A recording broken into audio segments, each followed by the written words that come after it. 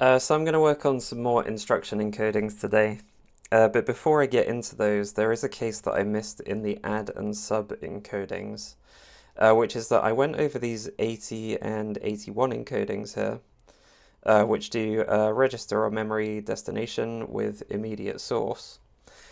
But I missed the fact that there is actually an 83 encoding down here, which can take an 8-bit immediate for any destination that's above 16 or above. So this would actually produce a shorter encoding because we can just shave off the bytes that aren't needed for the representation of the immediate. So I'm just going to create some test cases for these shorter encodings where the immediate is 8 bits. This same encoding will apply to sub as well. And then I'll move on to encodings for, multiply, divide, and return at the very least. So if we go to the test cases, I'll just make some for add and sub. So we'll say add to AX, where we want the immediate to fit within a byte. We'll also do EAX, RAX. Actually, let's do all of the word-sized ones first. So we'll do, let's include some problematic registers like R12W. So this will be the same thing. And we've got the 32-bit, not 32-bit, we'll do the, let's do 13W and, I don't know, we'll leave it at that, I guess. So we'll do now the 32-bit, so we'll have EAX, D and D, and then we'll have the 64-bit. So this will be RAX, R12 and R13. And then we'll do the same thing for sub. So if I just assemble these, we'll output to test cases. Disassemble B64 test cases. Okay, yeah, so the disassembler has basically put in this byte size hint for us, and all of these opcodes here are 83 now. So we'll just copy these over into the tests.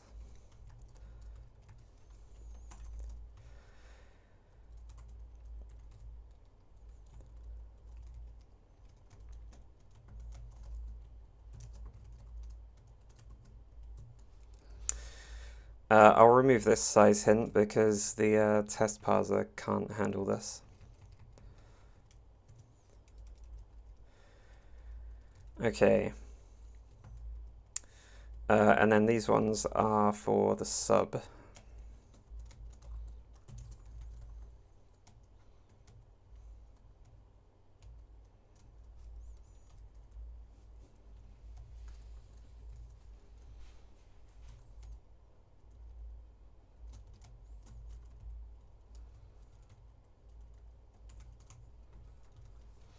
So this should produce failing tests now.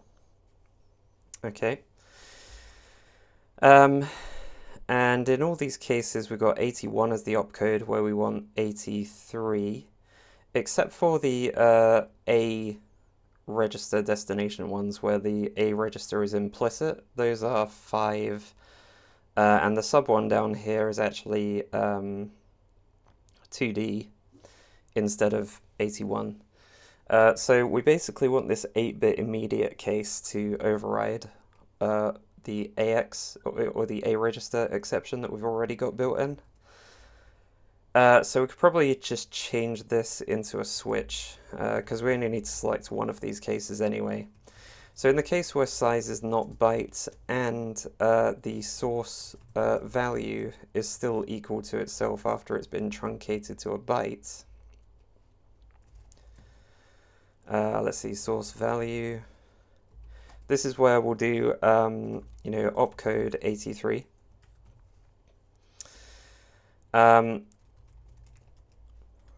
Otherwise, if the register is A,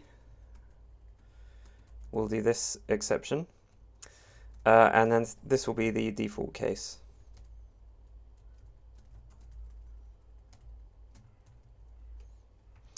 And actually, I'm just now realizing that this conditional doesn't need to check if it's register. It can just check to see if it's equal to AX.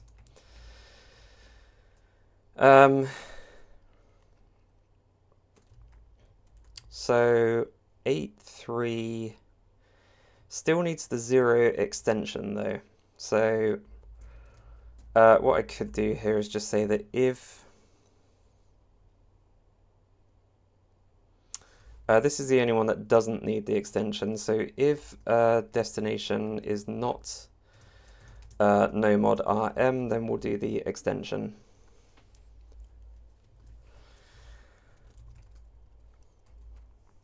Okay, so we still fail here. We're getting 84 instead, so that's because we're incrementing the opcode when we're not equal to bytes. But in this case, we don't want to increment it.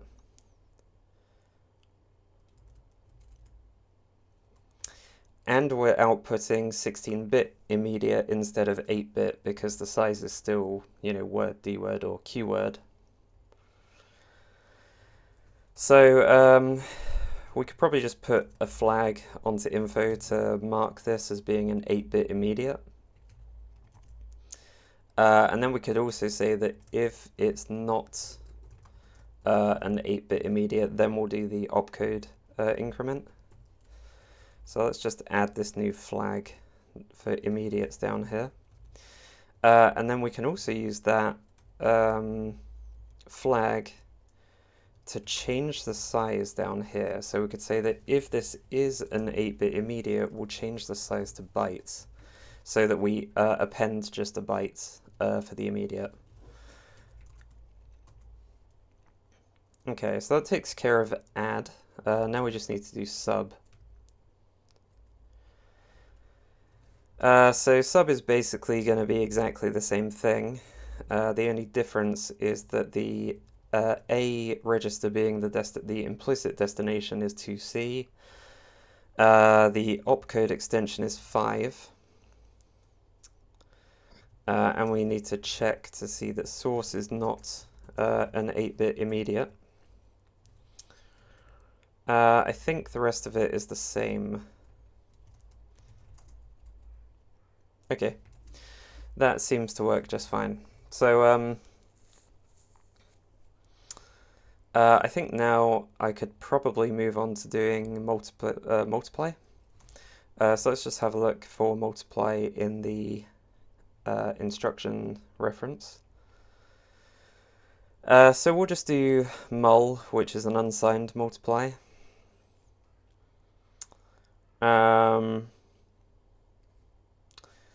So this is just a single operand instruction, implicitly storing into AX or DXAX. So it's any register memory. So when we do the tests for this, if it's a memory 1, we'll probably need to do like a type hint, or not a type hint, like a size hint or something. But it's F6, F7 with extension 4, basically. So maybe what we'll do for this is just take, I don't know, is it worth taking these? Let's just take them and try and edit these and see if that's a good way to make the tests or not. We'll avoid all of the immediate tests. So let's just take this to test cases. All of these can change to MUL, and maybe what we'll do is go up to the comma and remove everything, and then deduplicate all of these. So anywhere that is a memory access, oh, we also need to change RIP to rel $. But anywhere that's a memory access basically needs some like size hints or something. So we've got a lot of this is like displacements and things.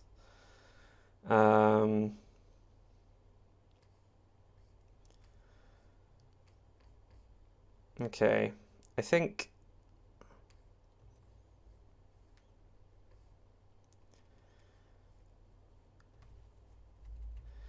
maybe what I'll do is just say, you know, bytes, word, D word, and Q word, and we'll just copy these down as we go. I'll get rid of a few of them as I go as well. So this sort of covers just basic access, I think, like just direct access like this. So I'll delete ones like this one down here where it's just RDI, because I'm already doing tests like this up here anyway.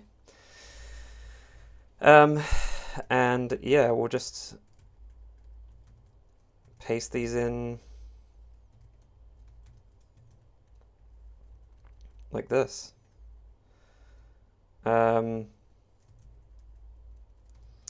Is it worth doing so many tests though for this? Well, we'll just do this, and once it's done, it's done. So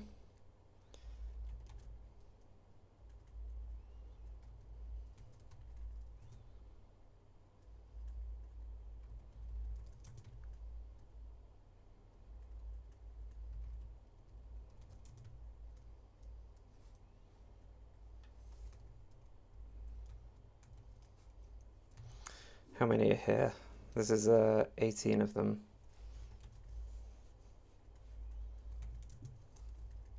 We'll get rid of these last two. Okay, I'm sure that's far more tests than I actually need, but you know, it will do. So let's just try and assemble this then. So we've got NASM. Okay, that all works fine. Endosasm. Right, let's just take all of these and dump them into the test file.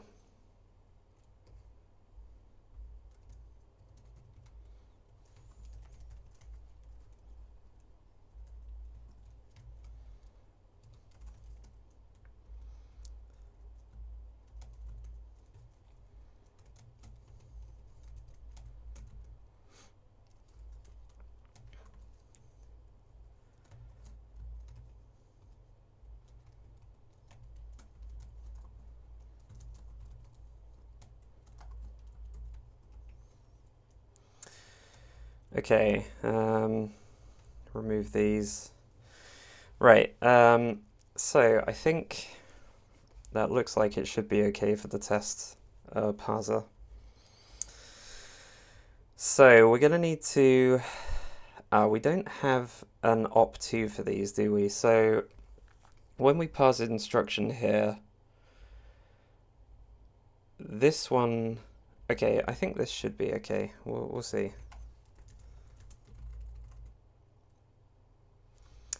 No, it was not okay. Let's see, where is this failing? It's failing on an unhandled mnemonic, so that's fine. We'll do MUL. We need to call MUL, and this is just going to have a single operand. So let's just make MUL by copying sub. We'll take in, this is basically a source operand.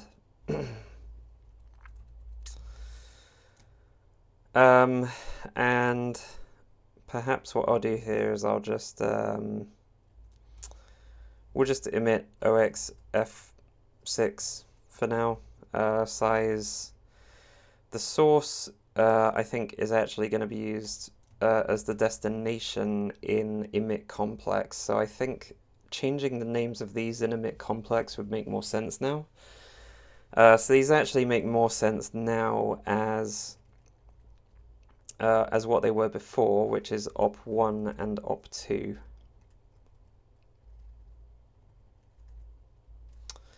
So that'll be op2.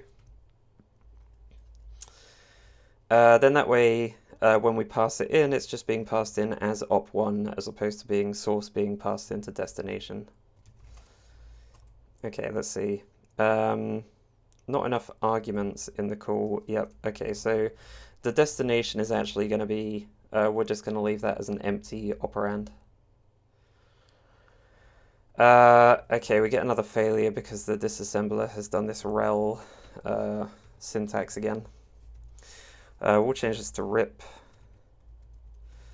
And we're going to change this to 7f, ff. Okay, so we get some failing tests now. So what we need is extension 4, and if it's not byte size, we want to increase, we want to increment the opcode. So the opcode will equal f6 if the size is not bytes. Then we'll do opcode ++. And we need to say source info. Well, let's just copy this one here.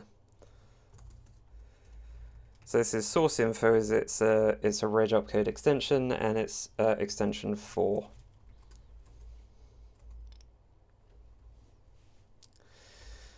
Okay, right, so what's the problem here then? Want F7 E0 got F6 E0. That's for AX.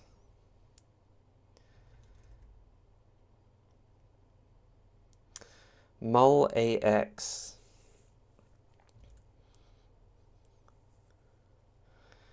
Oh, I'm not passing the opcode in. Okay, that all works just fine. So let's go and have a look at div as well then. So we've got div,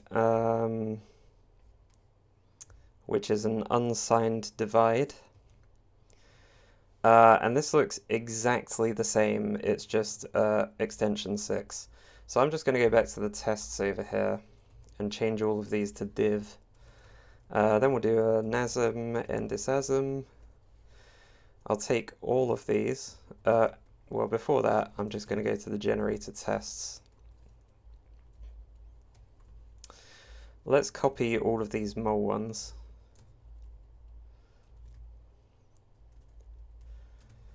And we'll change them to div.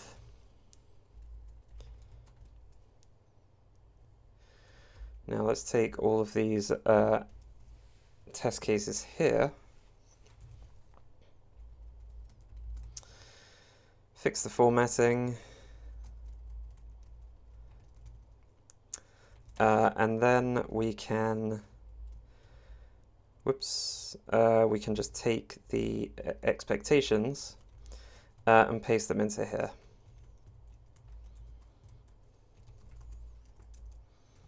So this should fail because I've got an unhandled mnemonic. So let's add div into here. We'll copy MUL. So this is div. We won't change anything just yet. Let's just make sure that it actually runs. Okay. So we need F6, and the only difference is that it's extension 6 instead. Okay, that's div done. Next up, so that covers all of the arithmetic, which if we look at main, the program I was testing with so far has been this sort of returning two values where one of them is this arithmetic expression with add, minus, multiply, and divide. Does this still actually work? I haven't changed anything. Yeah, so we return these two values. So I've got all of the instructions I could possibly need to actually implement this now, except for return. So we'll do return. So we'll do generated test. We're going to need return in here. So we'll do RET. RET doesn't take anything, I don't think.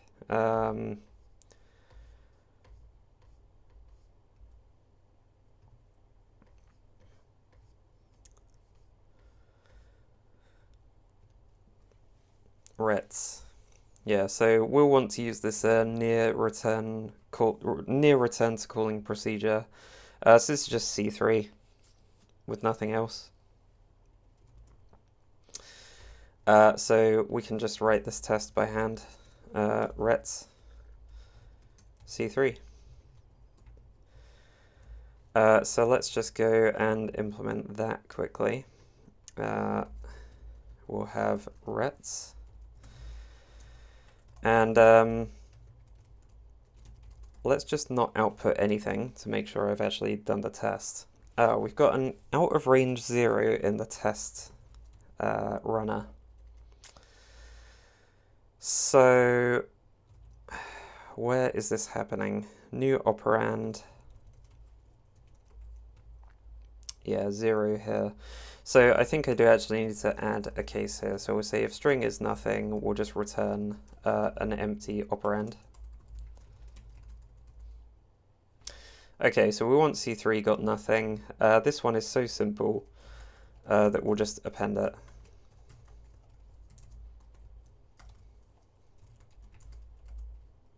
Okay, so that's all of the instructions that I need to implement the test program that I've got so far.